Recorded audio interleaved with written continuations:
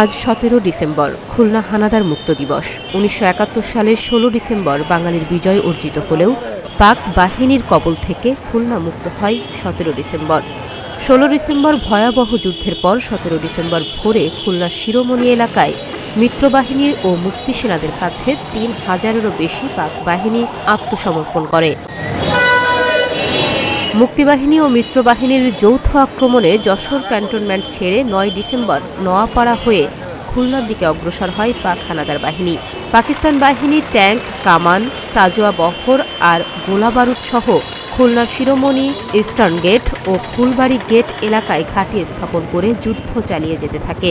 9 December যখন পাক হানাদার বাহিনী যুদ্ধ করে মুক্তিযোদ্ধাদের সাথে টিকতে না পেরে যশোর ক্যান্টনমেন্ট তারা ছেড়ে খুলনা অভিমুখে রওনা হয় এবং নোয়াপাড়া হয়ে ইস্টার্ন গেট, আলিম গেট পার হয়ে এদিক দিয়ে এসে এখানে শিরোমণি এবং ফুলবাড়ি গেটে রসু খানের ভাটা বলে একটা বিরাট বড় জায়গা ছিল, এই জায়গায় তারা ঘাঁটি স্থাপন করা এতদ অঞ্চলে পাক হানাদাররা একে একে গোটা এলাকা দখল করে নিয়ে বর্বর নির্যাতন চালায় মানুষের উপর। নির্বিচারে গুলি করে মারতে থাকে নিরীহ বাঙালিদের। প্রাণ বাঁচাতে এলাকার মানুষ ঘরবাড়ি ছেড়ে পার্শ্ববর্তী ভৈরব নদীর ওপারে চলে যায়। জনশূন্য হয়ে পড়ে শিরোমণি ও গিলেতলা এলাকা।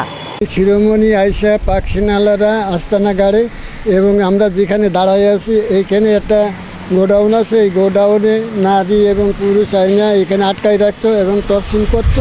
পাকিস্তানি সেনাবাহিনী এখানে এসে আস্তানা গাড়ে এবং এখানে আশেপাশের লোকজনদের বিশেষ করে মহিলা এবং পুরুষদের ধরে নিয়ে আসে। এখানে ছিল একটা টর্চার সেল, তারা মহিলাদের বিভিন্ন নির্যাতন করে এবং পুরুষদের পরে অত্যাচার করে।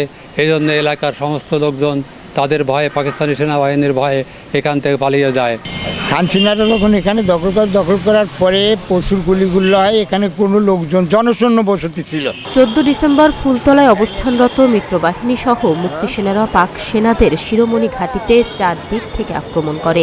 মিত্রবাহিনী ও মুক্তি সেনাদের সাঁড়াশি আক্রমণের পরেও পাক বাহিনী তাদের অবস্থান ধরে রাখে। 17 ডিসেম্বর রাত থেকেই মিত্রবাহিনীর রাজপুত ব্যাটালিয়নের commander brigadier general Dalbir Singh ও 8 নম্বর সেক্টর কমান্ডার মেজর মঞ্জুরের নেতৃত্বে শুরু হয় চতুর্থমুখী সর্বাত্মক সম্মুখ যুদ্ধ। সারা রাত ধরে চলা যুদ্ধে প্রবল ক্ষয়ক্ষতির মুখে বিধ্বস্ত হয়ে 17 ডিসেম্বর ভোরে মিত্রবাহিনী ও মুক্তি সেনাদের কাছে শিরোমণি নসু খানের ইটভাটার কাছে পরাজিত পাক সেনারা আত্মসমর্পণ করে। 1971 সালের এই 12 ডিসেম্বরে এখানে পাকিস্তানি সেনাদের সঙ্গে মুক্তিযোদ্ধাদের তুমুল যুদ্ধ হয়। যুদ্ধে তারা পরাজিত হয় পাকিস্তানি সেনারা এবং পর্যায়ক্রমে তারা 17 তারিখে দুপুর পর এখানে সারেন্ডার করে। মেজর মঞ্জু ছিল আমাদের সেক্টর কমান্ডার সাহেব। মোংলা বন্দর দিয়ে পালিয়ে যাওয়ার পরিকল্পনায় যশোর ক্যান্টনমেন্ট অবস্থানরত পাক সেনারা নোয়াপাড়া হয়ে আশ্রয় নেয় খুলনার শিরোমণি এলাকায়, যে কারণে 16 ডিসেম্বর বাঙালির বিজয় অর্জিত হলেও একদিন পর বিজয়ের স্বাদ পান খুলনাবাসী।